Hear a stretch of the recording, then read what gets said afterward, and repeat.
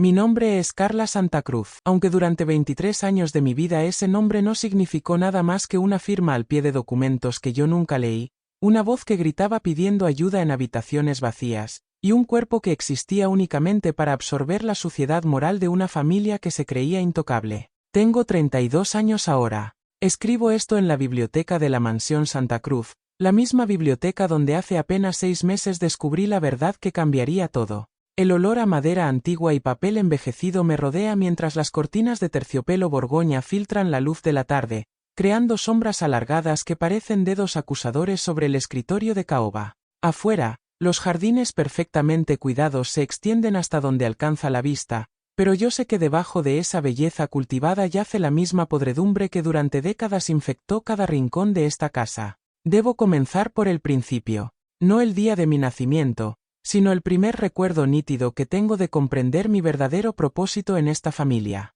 Tenía 7 años. Era una noche de invierno. Recuerdo el frío penetrante que se colaba por las ventanas altas de la mansión, a pesar de las gruesas cortinas y los radiadores que crepitaban en las esquinas. Me habían despertado gritos provenientes del estudio de mi padre, o del hombre al que yo llamaba padre entonces, don Augusto Santa Cruz. Su voz retumbaba por los pasillos de mármol como el trueno antes de la tormenta. Salí de mi habitación descalzo, el piso helado quemándome las plantas de los pies. Los pasillos de la Mansión Santa Cruz siempre me habían parecido interminables, especialmente de noche. Las lámparas de araña proyectaban luz dorada sobre los retratos familiares que colgaban en las paredes, generaciones de Santa Cruz mirándome con ojos severos, juzgándome incluso antes de que yo comprendiera que había hecho mal. Cuando llegué al estudio, la puerta estaba entreabierta. A través de la rendija pude ver a don Augusto, un hombre imponente de casi 2 metros de altura, con canas perfectamente peinadas y un bigote que le daba aspecto de militar retirado.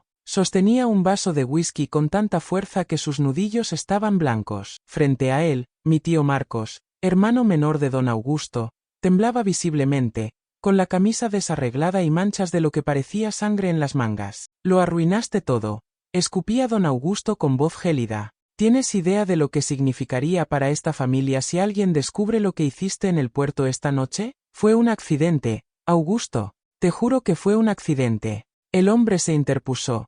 «Silencio». El puño de don Augusto golpeó el escritorio con tal violencia que varios libros cayeron al suelo. «No quiero escuchar tus excusas patéticas. Lo que necesito son soluciones». Fue entonces cuando apareció ella. Doña Mariana Santa Cruz, la mujer que yo conocía como mi abuela. Entró al estudio con la gracia de una reina, su vestido negro susurrando contra el suelo, su collar de perlas capturando la luz de la lámpara. Tenía el cabello blanco recogido en un moño impecable y una expresión tan fría que podría congelar el infierno mismo.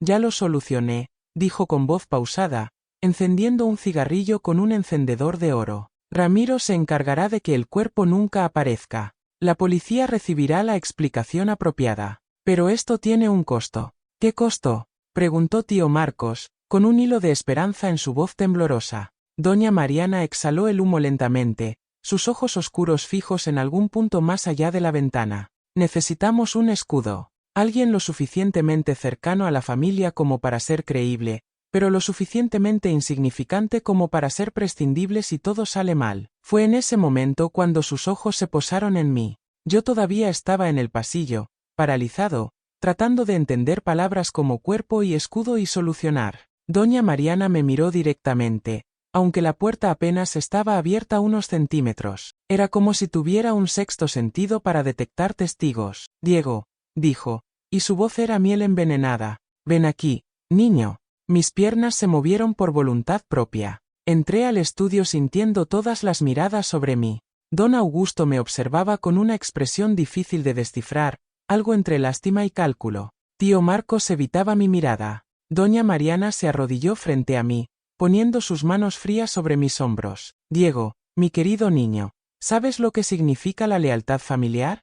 Negué con la cabeza, mi garganta demasiado apretada para hablar. «Significa proteger a los tuyos. Significa que cuando alguien de esta familia comete un error, todos nos unimos para arreglarlo. ¿Entiendes? Esta familia ha construido un imperio durante generaciones. Tu abuelo, mi esposo, que en paz descanse, dedicó su vida a crear este legado. Y ahora tú, como parte de esta familia, Tienes el honor de ayudarnos a preservarlo. ¿Cómo? Susurré. Una sonrisa apareció en sus labios, pero no llegó a sus ojos. Solo necesitamos que recuerdes ciertas cosas de cierta manera. Si alguien pregunta, tú estuviste con tu tío Marcos toda la noche, jugando en el jardín. ¿Puedes hacer eso por tu familia, Diego? ¿Puedes ayudarnos a limpiar este pequeño error? No entendí entonces. No comprendí que ese fue el momento en que me convirtieron en su herramienta. Solo sentí el peso de sus expectativas, la presión de esas manos en mis hombros, y asentí. Buen chico, dijo doña Mariana, acariciando mi mejilla con dedos que olían a tabaco y perfume caro. Eres un buen chico, Diego. Esta familia te recompensará por tu lealtad. Esa fue la primera mentira que me obligaron a contar. La primera mancha que tuve que cargar. Pero estaba lejos, muy lejos, de ser la última. Los años siguientes fueron un entrenamiento sistemático en el arte de la mentira y el encubrimiento. No fue algo abrupto ni violento, al menos no al principio. Fue un proceso gradual, como hervir una rana en agua que se calienta lentamente. Para cuando te das cuenta de que te están cocinando vivo, ya es demasiado tarde para saltar. A los 9 años, ya había aprendido a falsificar mi propia voz al teléfono. Cuando los acreedores llamaban buscando a don Augusto por deudas de juego que él acumulaba en casinos clandestinos, yo era quien respondía con voz ensayada. Mi padre está de viaje de negocios en Europa. No regresará hasta el próximo mes. La mentira fluía natural, perfeccionada por repetición. A los 11, descubrí que mi habitación no era realmente mía. Una tarde regresé temprano de la escuela.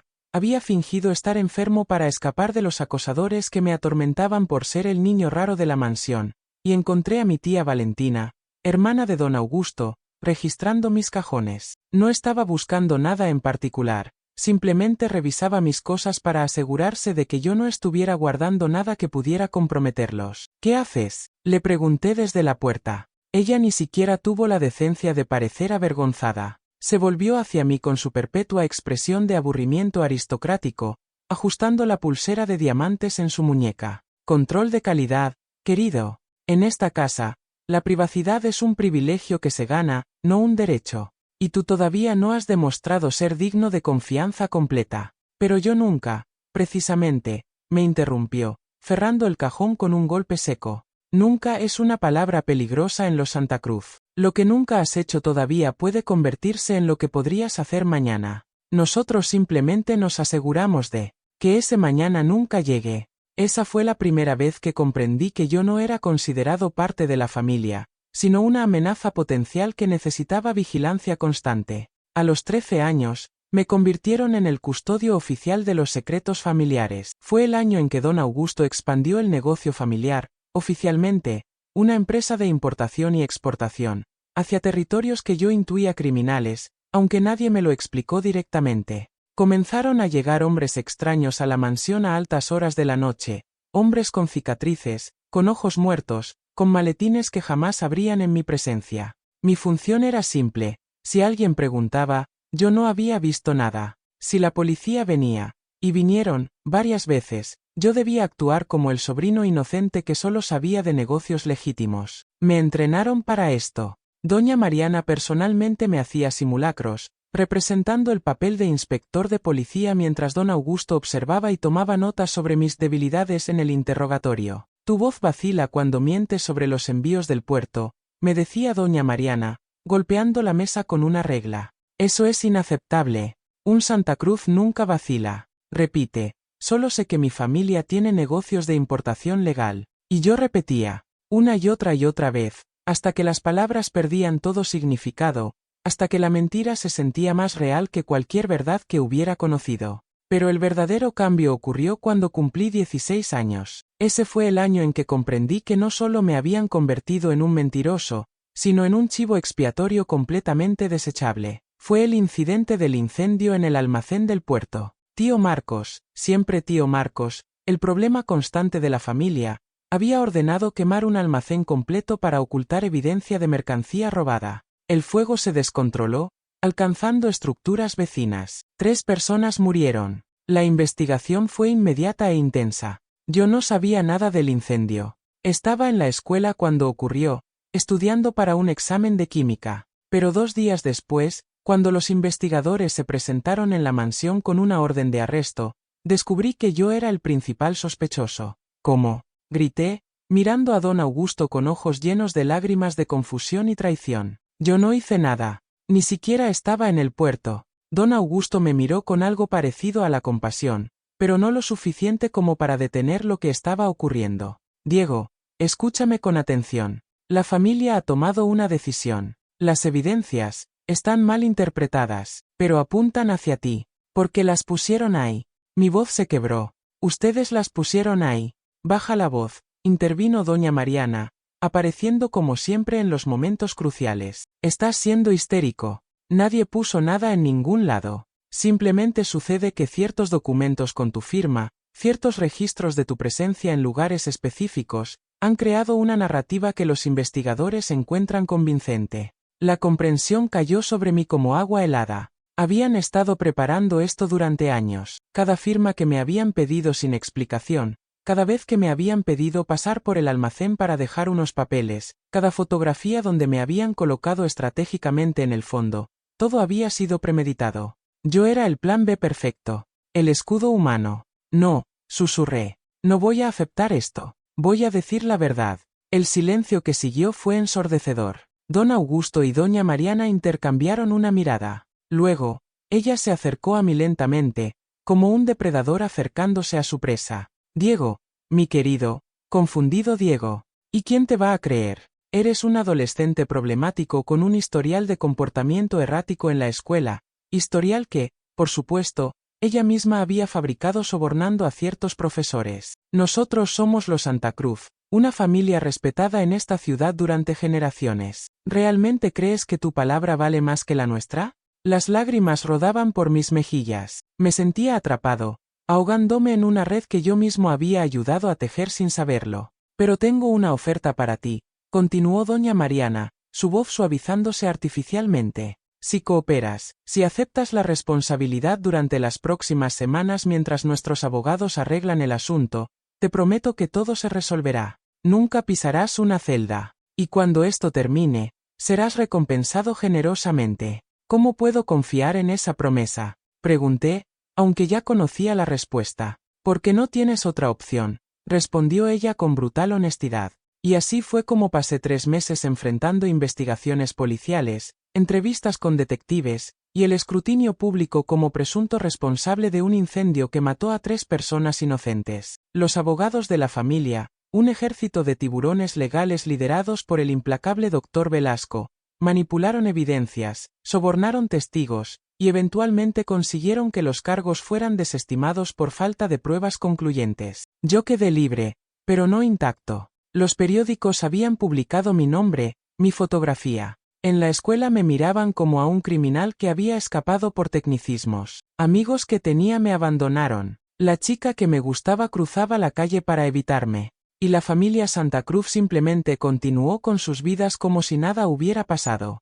Lo hiciste bien, Diego, me dijo don Augusto una noche, después de que todo terminara. Demostraste ser un verdadero Santa Cruz. Tu lealtad será recordada. Recordada, pero nunca recompensada. La mansión Santa Cruz no era solo una casa, era un organismo vivo que respiraba secretos y exhalaba mentiras. Con el tiempo, aprendí a leer sus humores, a interpretar sus señales silenciosas. Había habitaciones enteras de la mansión que estaban prohibidas. La más notable era el ala este del 3er piso. Cuando era niño, una vez intenté explorar ese corredor y doña Mariana me atrapó antes de que pudiera siquiera tocar el picaporte de la primera puerta. Esa sección de la casa está cerrada por renovaciones, me dijo, aunque jamás vi a ningún trabajador subir esas escaleras. ¿Qué hay allí?, pregunté con la inocencia de un niño de 8 años. Sus ojos se oscurecieron. Cosas del pasado que es mejor dejar enterradas, Diego. Esta familia ha existido durante 5 generaciones. No toda nuestra historia es apropiada para ojos jóvenes. Con los años,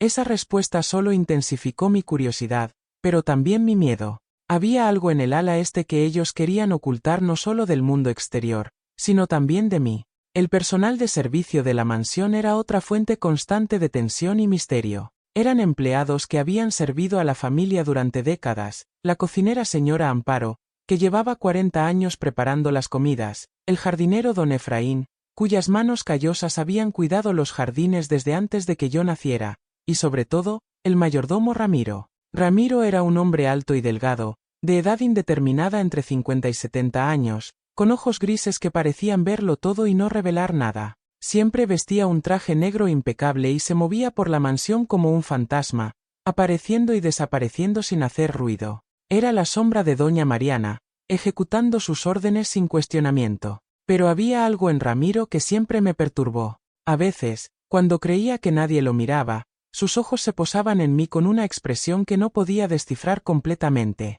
No era exactamente lástima, tampoco era complicidad. Era algo más profundo, algo que sugería que él sabía cosas que yo todavía no había descubierto. Una tarde de verano, cuando yo tenía 18 años, lo encontré en la biblioteca. Estaba limpiando los estantes superiores, usando una escalera de madera que crujía bajo su peso. Me vio entrar pero no dijo nada, simplemente continuó su trabajo. Ramiro, dije, sintiendo una valentía inusual, ¿puedo preguntarte algo? Él descendió lentamente de la escalera, sus movimientos precisos y medidos. Puede preguntar lo que desee, joven Diego, aunque no puedo prometer que tenga libertad para responder. ¿Cuánto tiempo has trabajado para esta familia? 52 años, respondió sin dudar. Comencé como asistente del mayordomo anterior cuando tenía 17 años. Su padre, don Augusto, tenía mi edad entonces. Entonces has visto mucho. Sus ojos grises me estudiaron cuidadosamente.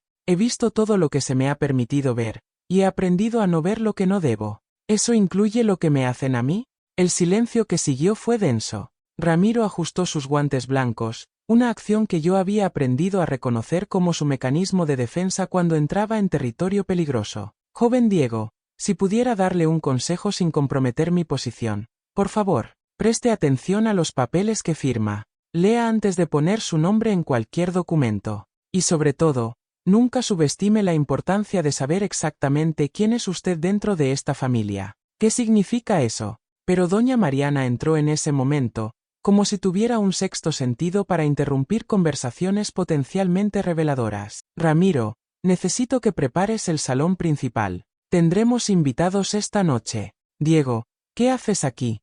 Deberías estar estudiando para tus exámenes. Y así terminó la conversación. Pero las palabras de Ramiro se quedaron conmigo. Nunca subestime la importancia de saber exactamente quién es usted dentro de esta familia. ¿Quién era yo? Oficialmente, era el sobrino de don Augusto, hijo de su hermano menor Roberto, quien había muerto en un accidente automovilístico cuando yo tenía 2 años. Mi madre, según me habían contado, había muerto durante mi parto. Yo era huérfano, dependiente completamente de la caridad de los Santa Cruz, pero había inconsistencias en esa narrativa que empecé a notar conforme crecí. No había fotografías de mis padres en la mansión. Cuando preguntaba por ellos, las respuestas eran vagas y cambiaban sutilmente cada vez. Don Augusto decía que mi padre era comerciante, tía Valentina una vez mencionó que era ingeniero. Doña Mariana evitaba el tema completamente. No había tumba que pudiera visitar. Cuando cumplí 15 años y pedí permiso para ir al cementerio a ver las tumbas de mis padres, don Augusto me miró con expresión incómoda. Fueron cremados,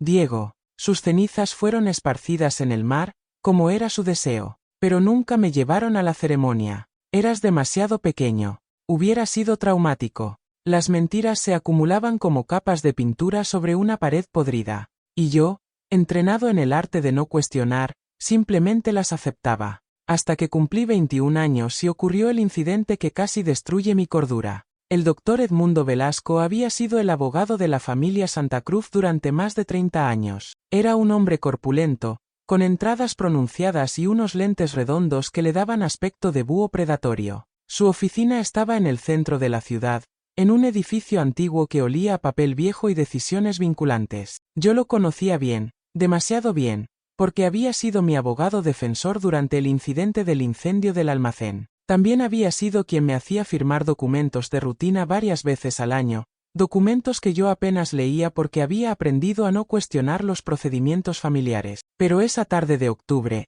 algo cambió. Yo había ido a su oficina porque don Augusto me había enviado con un sobresellado que debía entregar personalmente. Cuando llegué, la secretaria del doctor Velasco estaba ausente, algo inusual, y la puerta de su oficina estaba entreabierta. Escuché voces elevadas adentro. No puedo seguir participando en esto, Mariana. Lo que me estás pidiendo cruza líneas que incluso yo no estoy dispuesto a cruzar. Era la voz del doctor Velasco, con un tono de frustración que nunca le había escuchado. Tu conciencia nunca ha sido un obstáculo antes, Edmundo, respondió doña Mariana con su característica frialdad. Te hemos pagado generosamente durante décadas precisamente para que cruces esas líneas sin protestar. Eso era antes, pero manipular el testamento de esta manera, el chico tiene derecho a saber. Mi corazón comenzó a palpitar violentamente. ¿De qué testamento hablaban? ¿Qué derecho tenía yo a saber? El chico sabrá exactamente lo que nosotros decidamos que debe saber,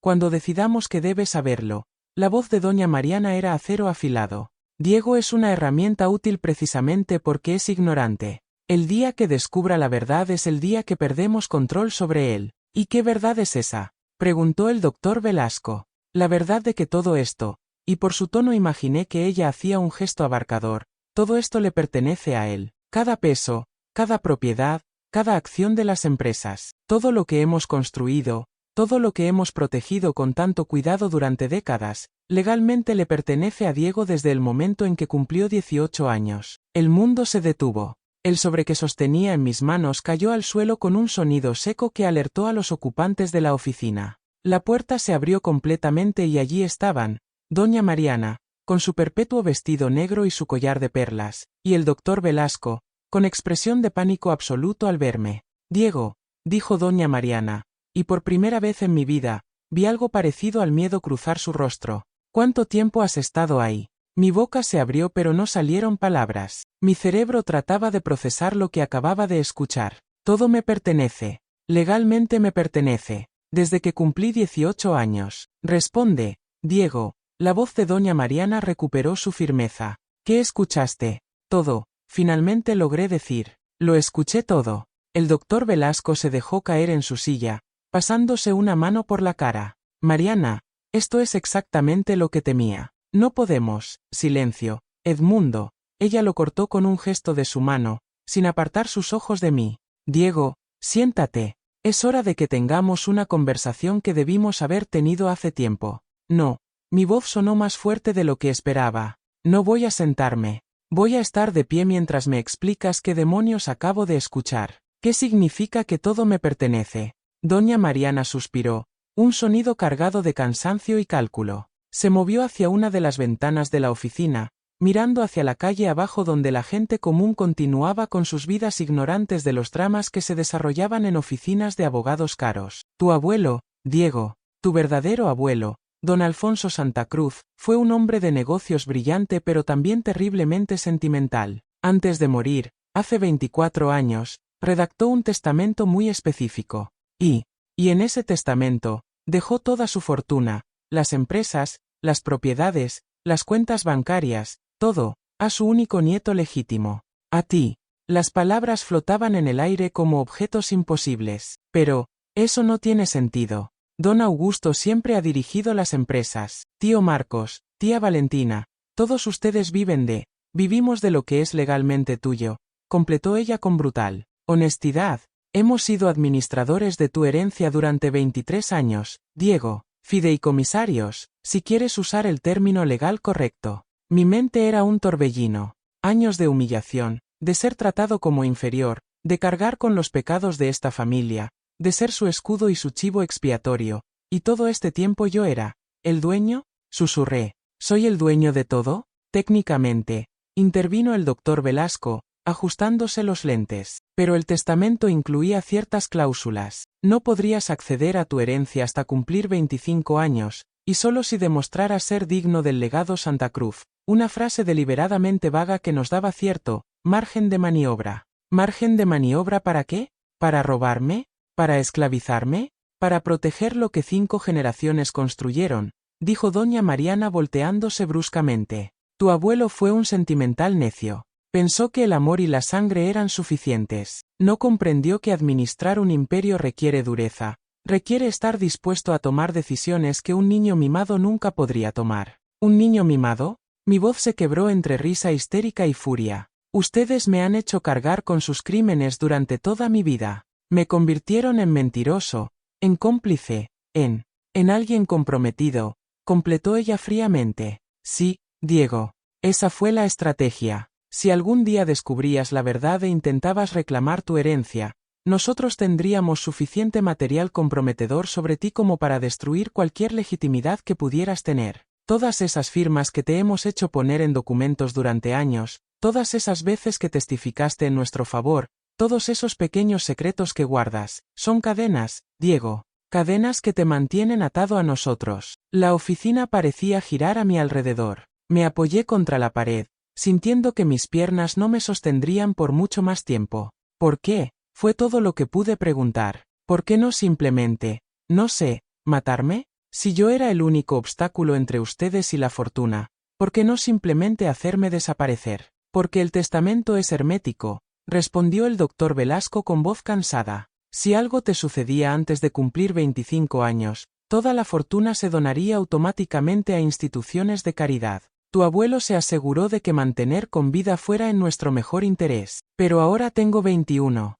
¿Qué los detiene ahora? 4 años más, dijo doña Mariana. Solo necesitamos que te comportes 4 años más. Luego, cuando cumplas 25, haremos una transferencia pacífica de poder. Te daremos acceso a tu herencia, bajo ciertas condiciones que garanticen que la familia siga manteniendo influencia en las decisiones empresariales. ¿Y si me niego? Si voy ahora mismo a reclamar lo que es mío, entonces destruimos tu reputación. Ella se acercó a mí, sus ojos oscuros llenos de determinación absoluta. Tenemos documentos con tu firma vinculándote a delitos graves. Tenemos testigos sobornados listos para testificar contra ti. Tenemos años de evidencia construida cuidadosamente que te presenta como un delincuente, un fraude, alguien completamente indigno de administrar una fortuna tan vasta. Pasarás los próximos 10 años en tribunales, Diego, y cuando finalmente ganes, si es que ganas, no quedará nada de la fortuna después de pagar a los abogados y liquidar las deudas que la familia habrá acumulado estratégicamente en tu nombre. Era un jaque mate perfecto. Me habían preparado durante toda mi vida para este momento, asegurándose de que incluso si descubría la verdad, estaría demasiado comprometido, demasiado manchado, demasiado débil para reclamar lo que era mío. Salí de esa oficina en estado de shock. Caminé por las calles de la ciudad durante horas, sin rumbo, tratando de procesar la magnitud de la traición. Todo lo que pensaba que sabía sobre mi vida era una mentira. No era el sobrino huérfano agradecido por la caridad de una familia benevolente. Era el heredero legítimo de un imperio, mantenido en cautiverio por aquellos que se suponía debían protegerme. Cuando finalmente regresé a la mansión, era pasada la medianoche. Los jardines estaban sumidos en sombras, las ventanas del primer piso todavía iluminadas. Entré por la puerta lateral, esperando subir directamente a mi habitación sin encontrarme con nadie. Pero Ramiro estaba esperando en el pasillo. Joven Diego, dijo con su voz pausada. Doña Mariana me pidió que le informara que lo espera en su estudio. Dice que tienen asuntos pendientes que discutir. Lo miré. Este hombre que había servido a la familia durante 5 décadas, este hombre que había sido testigo silencioso de todos los abusos, todas las manipulaciones. Ramiro, ¿tú lo sabías? ¿Sabías quién soy realmente? Sus ojos grises sostuvieron mi mirada. Siempre supe quién era usted, joven Diego. Lo que nunca supe era si usted algún día lo descubriría. ¿Y ahora que lo sé? Ramiro se permitió algo parecido a una sonrisa triste. Ahora empieza el verdadero juego. Y le sugiero que aprenda a jugarlo mejor que ellos, o lo devorarán vivo. Esa noche no fui al estudio de doña Mariana. En lugar de eso, hice algo que había querido hacer durante años pero nunca me había atrevido. Subí al ala este del tercer piso. La mansión estaba en silencio. Los relojes marcaban las 2 de la madrugada. Me moví como un ladrón en lo que técnicamente era mi propia casa, subiendo las escaleras alfombradas que amortiguaban mis pasos. El ala este había estado prohibida durante toda mi vida, protegida por puertas que siempre encontraba cerradas con llave. Pero esa noche, armado con la certeza de mi verdadera identidad y una furia que me daba valentía, no iba a dejar que una cerradura me detuviera. Había tomado un juego de ganzúas del estudio de don Augusto, irónico que él mismo me hubiera enseñado a usarlas años atrás. Por si alguna vez necesitas entrar a algún lugar discretamente, me había dicho. La primera puerta cedió después de varios minutos de trabajo. Se abrió con un crujido que resonó como un grito en el silencio. Del otro lado, la oscuridad era absoluta. Encendí la linterna de mi teléfono. La habitación estaba llena de retratos, docenas, quizás cientos de ellos, apilados contra las paredes, colgando torcidos, cubiertos de polvo. Todos eran de la familia Santa Cruz, generaciones de ellos mirándome desde marcos dorados y plateados. Pero no eran los retratos oficiales que colgaban en los pasillos principales. Estos eran diferentes. Muchos de los rostros estaban tachados. Cruces negras de pintura cubrían los ojos, las bocas, rostros enteros obliterados con violencia.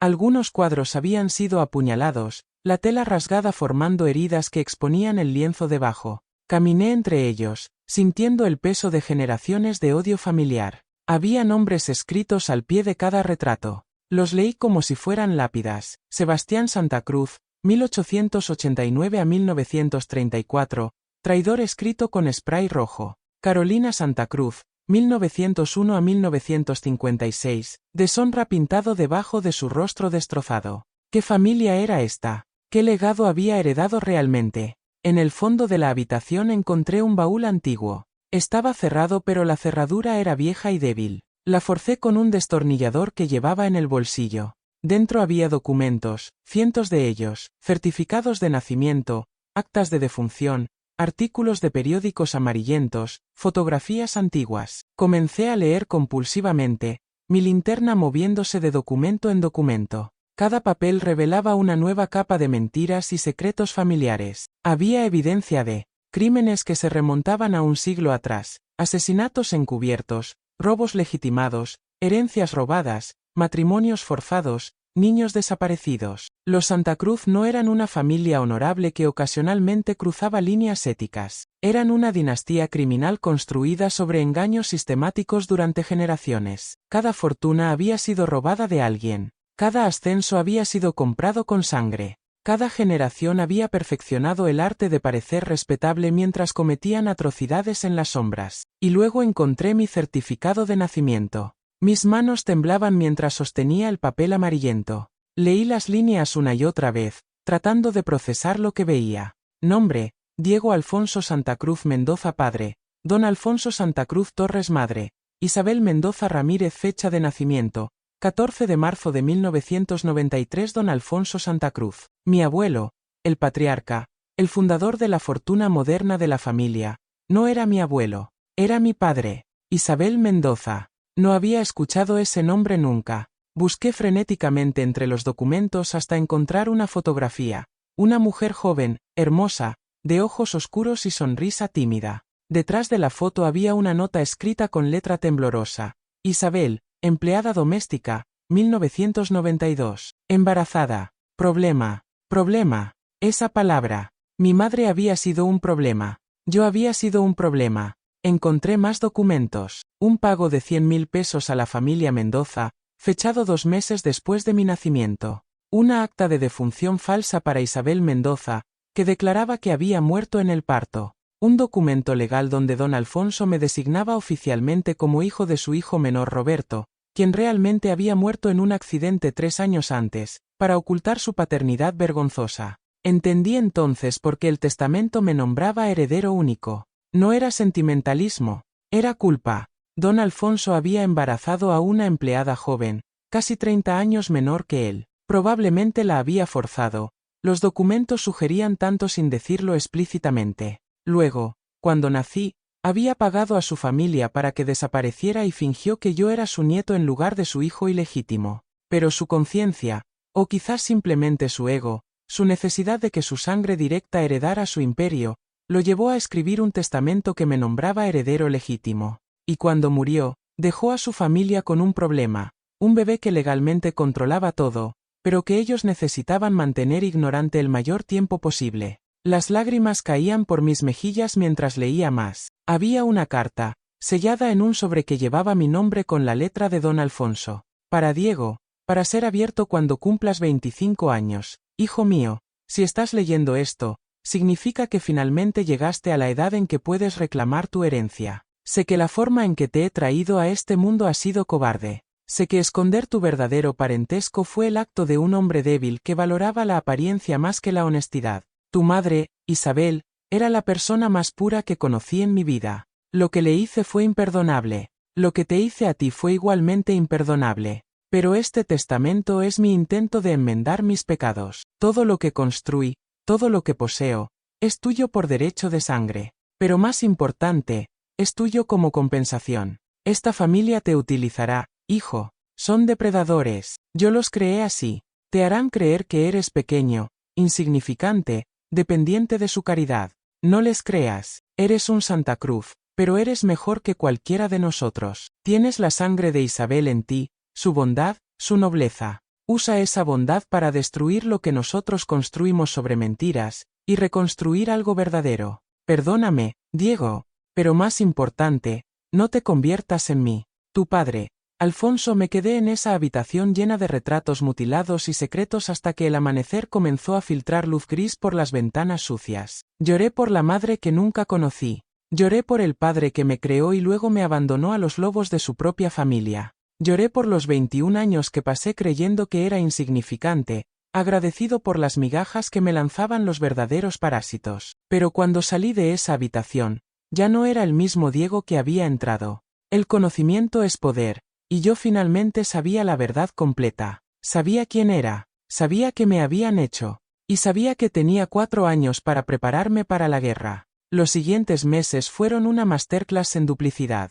Aprendí a jugar el juego que la familia Santa Cruz había perfeccionado durante generaciones, pero con una diferencia crucial. Yo tenía un objetivo, ellos solo tenían codicia. Por fuera, continué siendo el Diego sumiso que ellos conocían. Asentía cuando don Augusto me daba órdenes. Firmaba documentos sin protestar. Mantenía los secretos familiares. Actuaba como el escudo perfecto que me habían entrenado para ser. Pero por dentro, estaba construyendo un plan. Mi primera acción fue documentar todo. Cada vez que me pedían firmar algo, hacía copias secretas. Cada conversación comprometedora que escuchaba, la grababa discretamente en mi teléfono. Cada secreto que me confiaban, lo registraba en un diario digital encriptado que guardaba en la nube. Estaba construyendo mi propio arsenal. Mi segunda acción fue educarme. Pasé incontables horas en la biblioteca de la mansión, no leyendo literatura como solía hacer, sino estudiando derecho comercial,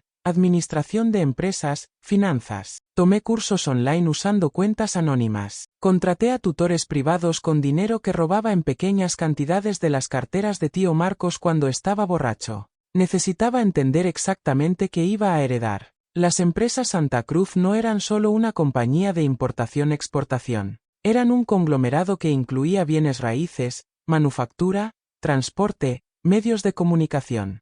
Valían, según mis cálculos conservadores, más de 500 millones de pesos. Y todo eso era legalmente mío. Mi tercera acción fue forjar alianzas secretas. El doctor Velasco, el abogado, se convirtió en mi confidente involuntario. Lo visité regularmente bajo el pretexto de revisar documentos rutinarios, pero en realidad lo presionaba sutilmente por información. Descubrí que él estaba cansado. 50 años de limpiar los crímenes de los Santa Cruz lo habían dejado cínico y agotado. No era mi aliado todavía, pero tampoco era completamente leal a doña Mariana. Ramiro, el mayordomo, era más complicado. Él había servido a la familia fielmente durante décadas, pero nuestras conversaciones breves me sugerían que tal vez, solo tal vez, él veía en mí una oportunidad de redención. Le pregunté una vez, directamente, si me ayudaría cuando llegara el momento de reclamar mi herencia. Su respuesta fue característica: joven Diego, un mayordomo sirve a la casa, no a individuos específicos. Y usted es, técnicamente, el dueño de esta casa. Saque sus propias conclusiones. Mientras tanto, la familia continuaba utilizándome. A los 22 años, me involucraron en un esquema de lavado de dinero, usando mi nombre para abrir cuentas bancarias en paraísos fiscales. A los 23, firmé documentos que me convertían en accionista mayoritario fantasma de varias empresas fachada usadas para evasión fiscal. Cada acto ilegal me hundía más profundo en su red, pero yo documentaba todo meticulosamente. Tenía evidencia de que cada una de esas acciones había sido bajo coerción, manipulación o engaño directo. Tenía grabaciones de don Augusto explicándome que firmar esto era solo una formalidad. Tenía correos de tía Valentina amenazando con consecuencias desafortunadas si no cooperaba. Ellos pensaban que me estaban comprometiendo. En realidad, se estaban condenando a sí mismos. El punto de inflexión llegó 6 meses antes de mi cumpleaños número 25. Doña Mariana me llamó a su estudio una tarde de invierno. Ella estaba sentada detrás de su escritorio de ébano, con un vaso de brandy en su mano arrugada. Tenía 78 años para entonces, pero su mente seguía siendo afilada como un bisturí. Siéntate, Diego, dijo sin mirarme, sus ojos fijos en algún punto de la ventana donde la nieve comenzaba a caer. Obedecí, manteniendo mi expresión neutral. Has sido sorprendentemente cooperativo durante los últimos años, continuó. Francamente, esperaba más resistencia después de tu descubrimiento en la oficina del doctor Velasco. Aprendí que resistir era inútil, respondí con la voz monótona que había perfeccionado. Ella finalmente me miró, sus ojos oscuros estudiándome. Sí, eso parece. Lo cual me lleva al propósito de esta conversación. En 6 meses cumplirás 25 años. El testamento de tu abuelo, tu padre, será ejecutable completamente. Ya no podremos retener tu acceso a la fortuna bajo cláusulas de minoría de edad o falta de madurez. Lo sé. Por supuesto que lo sabes. No eres estúpido, Diego, aunque a veces actuabas como si lo fueras. He preparado un documento. Un acuerdo donde tú oficialmente asumes control de tu herencia, pero delegas las operaciones diarias a un consejo administrativo compuesto por mí, don Augusto, tus tíos, y el doctor Velasco. Recibirías un generoso estipendio mensual y tendrías voz en decisiones mayores, pero la gestión real permanecería con aquellos que tienen experiencia. ¿Y si me niego? Su sonrisa fue como el filo de un cuchillo. Ya conoces la respuesta. Destruimos tu reputación, te hundimos en litigios durante décadas, y para cuando finalmente ganes, si es que ganas, no quedará nada que valga la pena heredar. Entonces no tengo opción. Nunca la tuviste, querido. Pero aquí está la parte interesante, no tiene que ser una situación hostil. Coopera genuinamente, no solo por obligación sino por convicción, y esta familia te tratará bien. Tendrás riqueza, comodidad, respeto. Todo lo que tienes que hacer es recordar tu lugar. Mi lugar. Esa frase que había escuchado durante toda mi vida. Mi lugar era ser el escudo, el chivo expiatorio, el heredero de nombre pero esclavo en práctica. Entiendo, dije finalmente. Sabía que lo harías. Firmaremos el acuerdo el día de tu cumpleaños. Será una celebración, Diego. El día en que oficialmente te conviertes en un Santa Cruz completo. Salí de ese estudio con una claridad cristalina. Ya no había ambigüedad, ya no había espacio para la autocompasión o la duda. Era ellos o yo. Y yo había pasado 4 años preparándome para este momento. Esa noche, llamé al doctor Velasco a su celular personal. Necesito verlo, le dije. En privado, no en su oficina. En algún lugar donde podamos hablar sin ser escuchados. Hubo una pausa larga. Esto es imprudente, Diego. Esto es necesario. ¿Me ayudará o no? Otra pausa. Hay un café en la calle Morelos. Mañana a las 3 de la tarde. Ven solo. El café era un lugar pequeño y discreto, con mesas de madera gastada y el aroma de granos recién molidos. El doctor Velasco ya estaba allí cuando llegué, sentado en una esquina trasera con una taza de espresso que no había tocado. Me senté frente a él sin saludar. Voy a rechazar el acuerdo de doña Mariana, dije sin preámbulo. Sus ojos se agrandaron detrás de sus lentes. Eso es suicidio profesional y personal, Diego. Ellos tienen años de evidencia construida contra ti.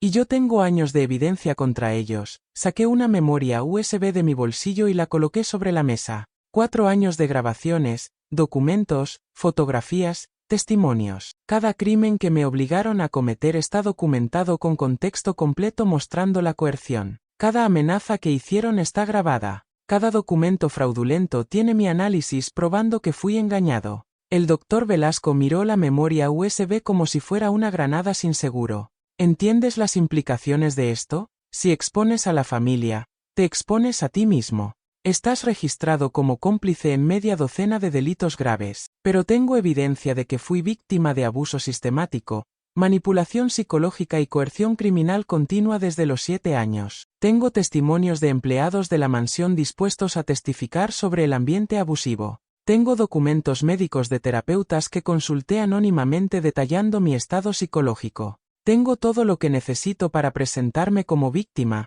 no como criminal. El abogado tomó finalmente su café, sus manos temblando ligeramente. Incluso si todo eso es verdad, el proceso legal será devastador. Los Santa Cruz tienen conexiones en todas partes, jueces, fiscales, medios de comunicación. Por eso necesito su ayuda. Me incliné hacia adelante. Usted conoce todos sus secretos, doctor Velasco. 30 años de limpiar sus porquerías. Usted sabe dónde están enterrados los cuerpos, literalmente. Si testifica contra ellos, si aporta su propia evidencia, es un golpe del que no se recuperarán. Me estás pidiendo que traicione a mis clientes, que destruya mi reputación profesional. Le estoy pidiendo que finalmente haga lo correcto. Mi voz se suavizó. He investigado sobre usted, doctor Velasco. Sé que comenzó como un abogado idealista que quería cambiar el mundo. Los Santa Cruz lo corrompieron gradualmente, pero en algún lugar dentro de usted todavía existe ese hombre. Le estoy dando la oportunidad de redimirse. El silencio se extendió. Podía ver el conflicto interno reflejado en sus ojos. Finalmente, habló. ¿Qué obtengo yo de esto? Además de posible desbarramiento y ruina financiera. Sonreí por primera vez. Cuando tome control de la fortuna Santa Cruz,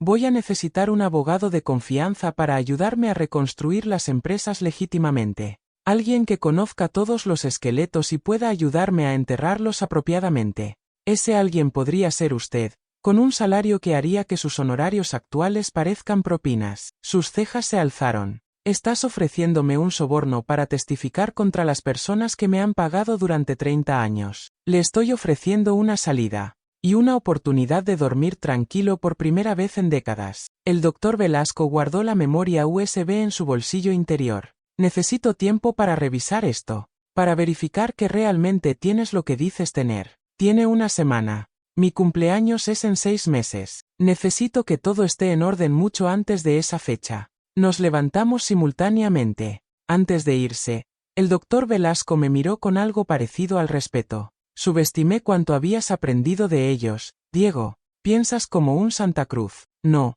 le corregí. Pienso como alguien que fue forzado a sobrevivir entre Santa Cruz. Hay una diferencia. Los siguientes 5 meses fueron una campaña cuidadosamente orquestada. Con el doctor Velasco finalmente de mi lado, convencido tanto por la evidencia como por el prospecto de redención, comenzamos a construir el caso que destruiría la dinastía Santa Cruz. Pero no podía hacerse públicamente. Todavía no. La familia tenía demasiadas conexiones, demasiados recursos. Un ataque frontal resultaría en mi destrucción antes de que pudiera causar daño real. En cambio, trabajamos en silencio. El doctor Velasco comenzó a transferir discretamente documentos cruciales fuera del alcance de la familia. Contactamos a fiscales federales que no estaban en la nómina de los Santa Cruz. Construimos relaciones con periodistas de investigación que habían estado tratando de exponer a la familia durante años pero nunca habían tenido suficiente evidencia. Mientras tanto, yo continuaba actuando como el Diego sumiso. Asistía a las cenas familiares donde don Augusto pontificaba sobre negocios. Escuchaba a tío Marcos contar chistes vulgares. Soportaba las críticas de tía Valentina sobre mi apariencia, mi postura, mi falta de presencia Santa Cruz. Pero cada interacción era ahora transparente para mí. Veía la desesperación debajo de la arrogancia. Veía cómo don Augusto bebía cada vez más, sus manos temblando ligeramente cuando pensaba que nadie lo miraba. Veía cómo doña Mariana me observaba con creciente sospecha, su instinto depredador detectando que algo había cambiado aunque no podía identificar qué. Un mes antes de mi cumpleaños, don Augusto me llamó a su estudio después de la cena. Diego, siéntate. Necesitamos hablar de tu futuro. Me senté, manteniendo mi expresión neutral. Tu cumpleaños se acerca. Doña Mariana preparó el acuerdo de administración delegada. Solo necesitamos tu firma cuando cumplas 25. Ya hablamos de esto, respondí cuidadosamente.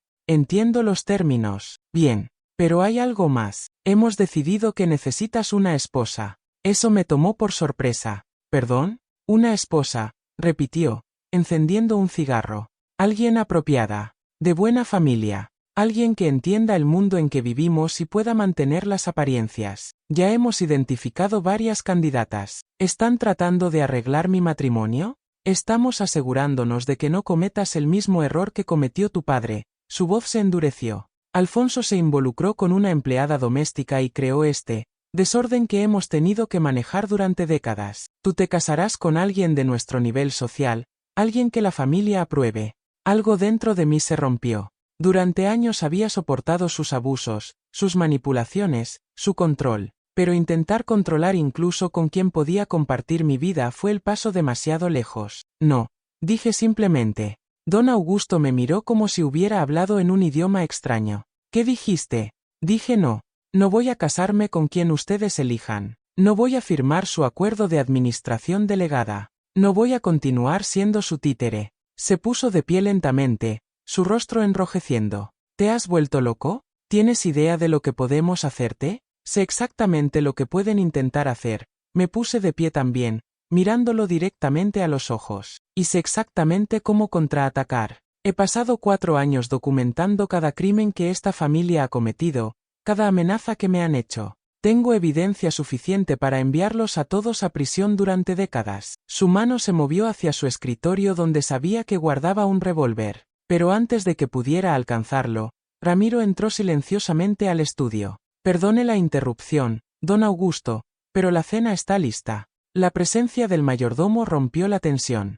Don Augusto me miró con odio puro. Esto no termina aquí, Diego. Tiene razón, respondí mientras salía. Pero terminará pronto. Esa noche, aceleré los planes. Llamé al doctor Velasco. Necesitamos movernos ahora. Ya no puedo mantener la farsa. Todavía no hemos terminado de coordinar con los fiscales. No importa. Si esperamos más, van a actuar contra mí primero. Presente todo mañana. Todas las denuncias, toda la evidencia. Diego, esto es precipitado. Es necesario. Confíe en mí. Mi cumpleaños 25 amaneció con cielos grises y amenaza de tormenta. La mansión Santa Cruz estaba decorada festivamente, irónico considerando que se suponía marcaría mi sometimiento final a la voluntad familiar. Doña Mariana había organizado una celebración elaborada. 100 invitados, la élite de la sociedad local, todos allí para presenciar mi ascensión oficial como heredero Santa Cruz. Lo que no sabían era que iban a presenciar algo completamente diferente. Me vestí cuidadosamente esa mañana, traje negro, corbata gris, zapatos pulidos. Me miré al espejo y por primera vez en mi vida, me gustó la persona que veía reflejada. Ya no era el niño asustado que cargaba los pecados ajenos. Era un hombre que estaba a punto de reclamar su destino. La celebración comenzó a las 5 de la tarde. Los invitados llenaban el salón principal de la mansión, todos con copas de champán, conversando educadamente bajo las lámparas de araña. Don Augusto me vio entrar y me hizo señas para que me acercara al estrado improvisado que habían construido al frente del salón. Diego, es hora, dijo, su voz forzadamente alegre. Hagamos el anuncio oficial. Pero antes de que pudiera responder, las puertas principales del salón se abrieron de golpe. Entraron una docena de agentes federales, liderados por una mujer de aspecto severo que sostenía una placa. Soy la fiscal federal Marcela Domínguez, anunció su voz resonando en el salón súbitamente silencioso. Tengo órdenes de arresto para Mariana Santa Cruz, Augusto Santa Cruz, Marco Santa Cruz y Valentina Santa Cruz por cargos de fraude, lavado de dinero, evasión fiscal, extorsión y conspiración criminal. El caos estalló. Los invitados gritaban, trataban de salir. Doña Mariana permaneció inmóvil, sus ojos fijos en mí con comprensión absoluta. Tú, susurró, apenas audible sobre el ruido. Tú hiciste esto. Aprendí de los mejores, respondí. Don Augusto intentó huir pero fue interceptado por 2 agentes. Tío Marco se derrumbó en una silla, llorando. Tía Valentina comenzó a gritar sobre abogados y conexiones, sin comprender que sus conexiones ya no los protegerían. El doctor Velasco entró detrás de los agentes, viéndose extrañamente liberado a pesar de la gravedad del momento. Me encontró entre la multitud. Los cargos están presentados. Los activos familiares están congelados excepto aquellos que legalmente te pertenecen directamente. Las empresas están bajo administración federal temporal hasta que se resuelva tu situación legal. ¿Y mi situación legal? Gracias a la evidencia que proporcionaste sobre coerción y abuso, el fiscal está dispuesto a otorgarte inmunidad completa a cambio de tu testimonio contra la familia. Eres oficialmente una víctima, no un perpetrador. Observé cómo esposaban a doña Mariana. Ella mantuvo su compostura hasta el final, su espalda recta, su cabeza alta. Cuando pasó junto a mí, se detuvo. Pensé que eras débil, dijo. Me equivoqué. Eres exactamente como nosotros. No, respondí. Soy exactamente como mi madre. Y voy a usar lo que ustedes construyeron sobre su sangre para hacer algo que ella habría aprobado. La llevaron afuera, junto con don Augusto, tío Marcos y tía Valentina. Los invitados habían huido, dejando copas de champán abandonadas y susurros escandalizados. Ramiro apareció a mi lado, su expresión inescrutable como siempre. ¿Qué desea que haga con la mansión, joven Diego? O debería decir, ¿don Diego? Miré alrededor del salón. Los retratos familiares en las paredes, las decoraciones caras, la opulencia que había sido construida sobre mentiras y sufrimiento. Ciérrela, Ramiro, cierre toda la mansión. Voy a necesitar tiempo para decidir qué hacer con este lugar. Pero mantenga el personal con salario completo. Ninguno de los empleados tiene culpa de los crímenes de la familia. Como ordene, hizo una pausa. Si me permite decirlo, su madre estaría orgullosa. ¿La conociste? Brevemente. Era joven cuando trabajó aquí, pero era buena. Demasiado buena para este lugar. Me alegra que algo de ella sobreviviera en usted. Los juicios duraron 18 meses. Doña Mariana fue sentenciada a 15 años de prisión. Don Augusto recibió 20 años. Tío Marcos, sorprendentemente, solo 10 años después de cooperar extensivamente con los fiscales. Tía Valentina logró 8 años en una facilidad mínima de seguridad gracias a abogados caros que argumentaron su participación limitada. Mientras tanto, yo heredé oficialmente todo. 500 millones de pesos en activos, docenas de propiedades, un conglomerado de empresas. Era, en papel, uno de los hombres más ricos del país, pero la riqueza significaba poco comparada con la libertad. Pasé los primeros 6 meses después de los arrestos en terapia intensiva, trabajando con psicólogos especializados en abuso y trauma. Necesitaba deshacer años de manipulación, aprender quién era yo fuera del rol que me habían forzado a interpretar. Luego comencé el verdadero trabajo, transformar el Imperio Santa Cruz en algo legítimo. Vendí las empresas involucradas en actividades criminales, liquidé las cuentas offshore, pagué impuestos atrasados por valor de millones, compensé a las víctimas de los crímenes familiares donde pude identificarlas. La mansión la convertí en un centro de apoyo para jóvenes víctimas de abuso familiar, administrado por profesionales y financiado permanentemente con un fideicomiso que establecí. El ala este donde descubrí la verdad la transformé en un archivo. Todos los documentos, todas las cartas, toda la evidencia de los crímenes familiares preservados como recordatorio de lo que sucede cuando el poder no tiene límites morales. Ramiro aceptó quedarse como director administrativo del centro. Resultó que su lealtad no era hacia individuos Santa Cruz específicos, sino hacia la idea de que la casa podía significar algo mejor que su pasado oscuro. El doctor Velasco se convirtió en mi consejero legal personal, ayudándome a navegar la reestructuración masiva de las empresas. Encontró una redención tardía pero genuina en el trabajo. Busqué a la familia Mendoza, la familia de mi madre. Encontré a su hermana, mi tía verdadera, viviendo modestamente en un pueblo costero. Le ofrecí dinero pero lo rechazó inicialmente, diciendo que no quería nada que viniera de los Santa Cruz. No viene de ellos, le dije. Viene de Isabel, de lo que ella debería haber tenido, de lo que le robaron. Es suyo por derecho. Finalmente aceptó. Le construí una casa.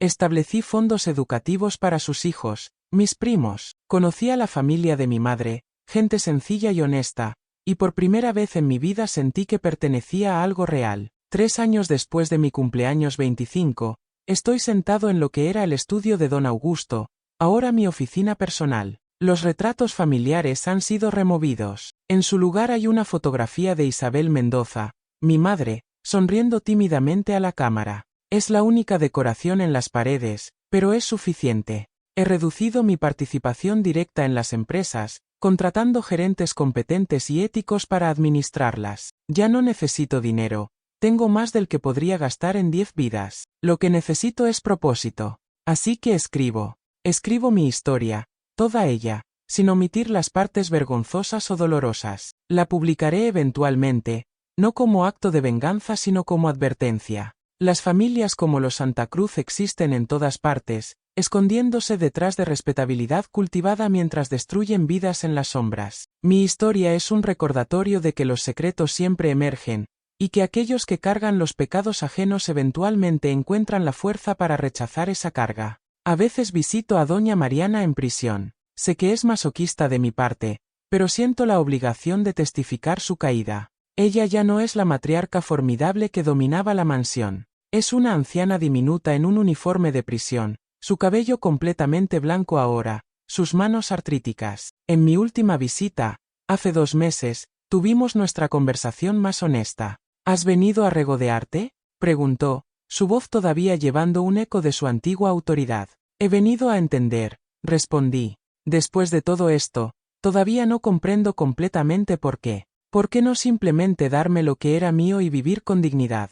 Ella rió, un sonido áspero y amargo. Porque no éramos dignos de nada, Diego. Todo lo que teníamos había sido robado, mentido, extorsionado durante generaciones. Alfonso, tu padre, fue el único que tuvo algún tipo de conciencia, y mira lo que le hizo. Te creó en vergüenza y luego tuvo la arrogancia de regalarte todo, esperando que pudiera ser mejor que nosotros. Yo no podía permitir eso.